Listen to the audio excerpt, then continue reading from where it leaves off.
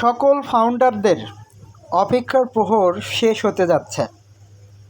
অনেক অপেক্ষা করেছি, ইনশাআল্লাহ আল্লাহ যদি চায় এবার আমাদের অপেক্ষার পালা কি শেষ। সকল ফাউন্ডারের জন্য এটা আনন্দের খবর, সকল ফাউন্ডারের জন্য এটা খুশির খবর। যে কোনো সময় যে কোনো মুহূর্তে স্যার লাইভে আসবে। 7 দিনের মধ্যে যে কোনো সময় যে কোনো মুহূর্তে স্যার লাইভে আসবে এবং প্রত্যেকটা ফাউন্ডারের উদ্দেশ্যে গুড নিউজ শেয়ার করবে। ওই আপডেটগুলো পাওয়ার পর হয়তো আমরা যারা অনপ্যাসিভের ফাউন্ডার রয়েছি আনন্দে আত্মহারা হয়ে পড়ব। কারণ সকল ফাউন্ডারের মনে এখন একটাই চাওয়া, স্যার কবে লাইভে আসবে, স্যার কেন লাইভে আসতেছে না, স্যার কেন আপডেট দিচ্ছে না। তো ভাই 2 মাস পার হয়ে যাচ্ছে, অনপ্যাসিভ কোম্পানির কোনো প্রকারের আপডেট কিন্তু নেই, কোনো প্রকারের ইনফরমেশন কিন্তু নেই। তো লাস্ট দিকে 2-3 দিন আগেই ধিলন স্যার ইউটিউবে একটা ভিডিও পোস্ট করেছে, আপনারা দেখেছেন। ধিলন স্যারও বলছে যে অনপ্যাসিভের কোনো আপডেট আমার কাছেও নেই।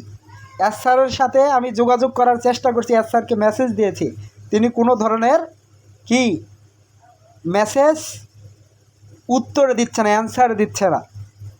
স্যার কি নিস্তব্ধ হয়ে গেছে। তো স্যারের এই নিস্তব্ধতা অনপ্যাসিভের ফাউন্ডারের জন্য অনেক বড় একটা উপহার হবে ইনশাল্লাহ, আমি মনে করি। স্যার যে 2 মাস ধরে আমাদের সামনে লাইভে আসতেছেন না, অনপ্যাসিভ সম্পর্কে কোনো আপডেট দিচ্ছেন না, তার মনের ভিতরে হয়তো বা একটা জেদ কাজ করতেছে যে আমি এই জিনিসটা ফাউন্ডারের জন্য করছি কিন্তু সফল হতে পারছি না। আমি ফাউন্ডারদেরকে ইনকাম দেওয়ার কথা বলেছি, আমি ট্রাফিক দেওয়ার কথা বলি, কিন্তু দিতে পারছি না। তার মনের ভিতরে কি একটা জেদ তৈরি হয়েছে। তো তিনি অনেক মানুষকেই বিশ্বাস করেছিলেন, সেই মানুষগুলোই কি তাকে ছুরি মেরেছে, তাকে আঘাত করেছে, তাকে কষ্ট দিয়েছে। তো ভাই অনপ্যাসিভ একটা ঘূর্ণিঝড় মোকাবেলা করেছে, যেই ঘূর্ণিঝড়ে অনপ্যাসিভটা কি তছনছ হয়ে যাওয়ার কথা, কিন্তু স্যার ভেঙে পড়েননি। তার মনোবলটাকে তিনি অটুট রেখেছেন। তিনি মোহাম্মদ কামালকে অনেক বড় একটা জায়গায় কিন্তু বসিয়েছিলেন। মোহাম্মদ নাজালকে অনেক বড় একটা জায়গায় কিন্তু তিনি বসিয়েছিলেন। তারাই কিন্তু স্যারের সাথে কি বেইমানি করেছে, আপনারা দেখেছেন। লাস্ট এগুলো নিয়ে কিন্তু অনেক জল ঘোলা হয়েছে। তো স্যার তাদেরকে নিয়েও কিন্তু ওইভাবে কোনো কথা বলেনি, যেটা আমি বললাম কিন্তু স্যারও তাদেরকে নিয়ে কোনো কথা বলেনি। তো অনপ্যাসিভ কোম্পানির সিও অ্যাশ মুফারে স্যার তিনি অনেক বড় মনের একটা মানুষ। তিনি আমাদের ফাউন্ডারদেরকে কি এই অনপ্যাসিভে সুযোগ দিয়েছেন, প্রযুক্তির সাথে যুক্ত করেছেন।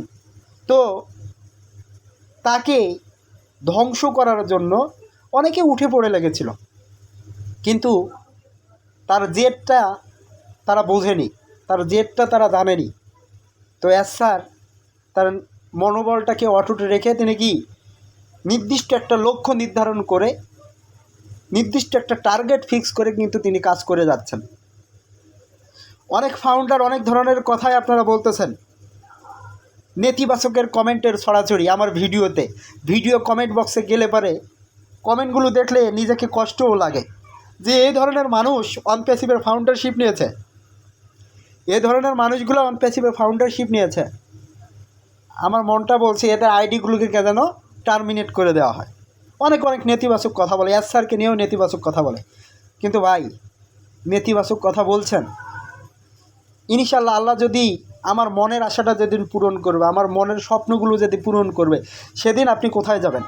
হয়তো বা আপনি তখন আর কথাই বলবেন না, আমার ভিডিও আর দেখবেন না, তখন আপনি লুকিয়ে যাবেন এমনি থেকেই। তো ভাই এটা 100% আমি আমার নিজের বিশ্বাস থেকে বলছি, অনপ্যাসিভ আমাকে ট্রাফিক দিবে, অনপ্যাসিভ আমাকে ইনকাম দেবে, অনপ্যাসিভ আমার স্বপ্নগুলোকে পূরণ করবে। এটা আমার অন প্যাসিভের প্রতি বিশ্বাস রয়েছে। কী জন্য বলছি?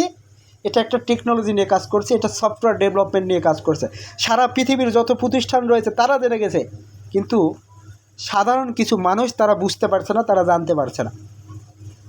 তো আপনার চাওয়া আপনি অন প্যাসিভ থেকে ইনকাম পাবেন। আরে ভাই, ইনকাম পেতে হলেও কি নিজে একটা বিজনেস করে দেখুন না, সেই বিজনেসটা কতদিন আপনি বড় করতে পারেন। নিজের একটা বিজনেস, আপনি একটা ব্যবসা করতে যাচ্ছেন, নিম্ন আপনার 5-10 বছর কি হালচাল শিখতেই লাগবে। লস খাবেন, একটু লাভ হবে, লস খাবেন, লাভ হবে একটু। তারপরে গিয়ে যখন ব্যবসাটার হালচাল বুঝবেন, তখন দেখবেন আপনাকে কিচ্ছু করতে হচ্ছে না, বসে থেকে ইনকাম আসতেছে, এমনটা অবস্থা হয়ে যাবে যদি আপনি ব্যবসাটার কি হালচাল বুঝে যান। তো ঠিক তেমনই এই অন প্যাসিভটাকে আসার কি তিলে তিলে তিলে তিলে তিলে তিলে গড়ে তুলছেন। 14 লক্ষ ফাউন্ডারের একটা কি কাস্টমার বেস তিনি তৈরি করে ফেলেছেন, যার এখনও সফটওয়্যার লঞ্চ হলো না, যার কোনো প্রোডাক্ট লঞ্চ হলো না, তিনি মানুষদেরকে এখানে আকৃষ্ট করেছেন। মানুষ এখানে কিন্তু 10,000 টাকা করে দিয়েও ফাউন্ডার পজিশন নিয়েছেন। তো বিশ্বাস একটা সময় আপনার আছিল দেখে কি নিয়েছেন, বা আপনাকে কেউ বুঝিয়েছিল, টাকার লোভ দেখিয়েছিল, তারপরে আপনি নিয়েছেন। কিন্তু আপনি এখন ইনকাম পাচ্ছেন না, আপনি এখন অন প্যাসিভকে বুঝতে পারছেন না, নেতিবাচক কথা কিন্তু বলছেন। তো ভাই, আমরা ওই জিনিসগুলো নিয়েই কাজ করছি, টেকনোলজিতে যা যা দরকার। আজকে ফেসবুকের মতো একটা প্রোডাক্ট যদি অন প্যাসিভের ভাইরাল হতো, আপনার ইনকাম কোথায় থাকতো আপনি চিন্তা করতে পারছেন? আজকে জুমের মতো একটা প্রোডাক্ট যদি ওখানে মার্কেটে ভাইরাল হয়, আপনার ইনকাম কোথায় থাকবে আপনি কি চিন্তা করছেন? ও মেলের মতো একটা প্রোডাক্ট যদি ভাইরাল হয়, আপনার ইনকাম কোথায় থাকবে সেটা কি আপনি একটু চিন্তা করছেন? কারণ ফেসবুক, জিমেল, গুগল, ইউটিউব এগুলো কিন্তু কোটি কোটি ডলার ইনকাম করছে। তাদের কি একক মালিকানা, তারাই একাই টাকা ইনকাম করছে। তো অনপ্যাসিভ কোম্পানির সিও এখানে কিন্তু আমাদের সহানুভূতি দেখিয়েছে। তিনি নিজেও কি একটা কোম্পানির মালিক হবেন এবং কিছু মানুষেরও ভাগ্য তিনি পরিবর্তন করবেন, এই ধরনের চিন্তা ভাবনা নিয়ে তিনি কি কাজ করে যাচ্ছেন। তো যারা ফাউন্ডার রয়েছেন, এই কথাগুলো বলার মূল কারণটাই কি জানেন? এই যে স্যার লাস্ট 2 মাস ধরে মনে করেন আসতেছেন না, আপনাদের ভিতরে যে একটা নেগেটিভিটি চিন্তা ভাবনা, ভাই স্যারের জায়গায় যদি আপনি থাকতেন তাহলে আপনি কি করতেন?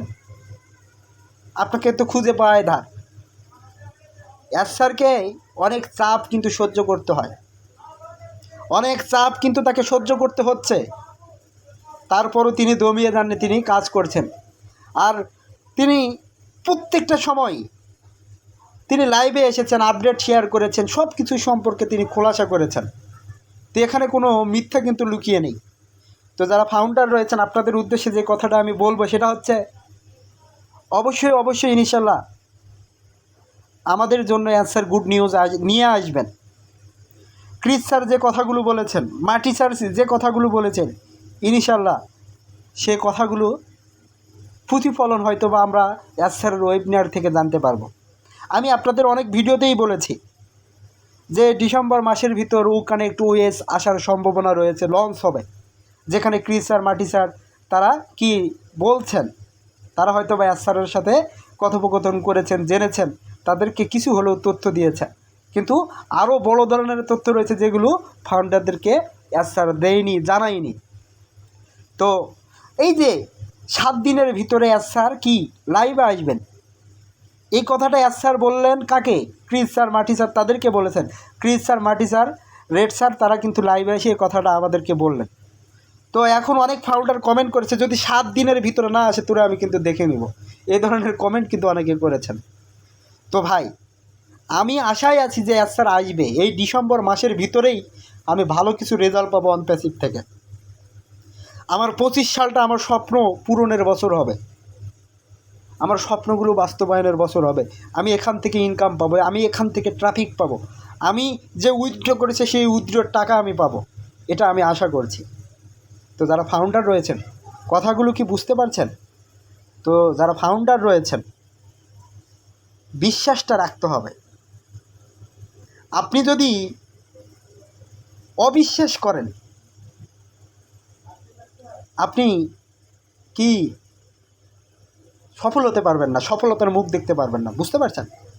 তো সফল হতে হলে ধৈর্য রাখা দরকার, বিশ্বাস রাখা দরকার, নির্দিষ্ট লক্ষ্য, নির্দিষ্ট টার্গেট ফিক্স করে কাজ করা দরকার। তাহলে আপনার জীবনে সফলতা আসবে এবং আপনি সফল হবেন। তো যারা ফাউন্ডার রয়েছেন অপেক্ষা করুন।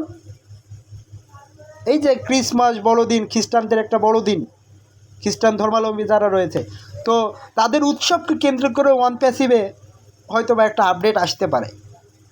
অপেক্ষা করুন, ধৈর্য রাখুন, বিশ্বাস রাখুন। আল্লাহ হাফেজ, দেখা হবে নতুন আরেকটি ভিডিও নিয়ে। যারা এখনও চ্যানেলটিকে সাবস্ক্রাইব করেননি অবশ্যই সাবস্ক্রাইব করে রাখবেন, আমার পাশে থাকবেন। আল্লাহ হাফেজ।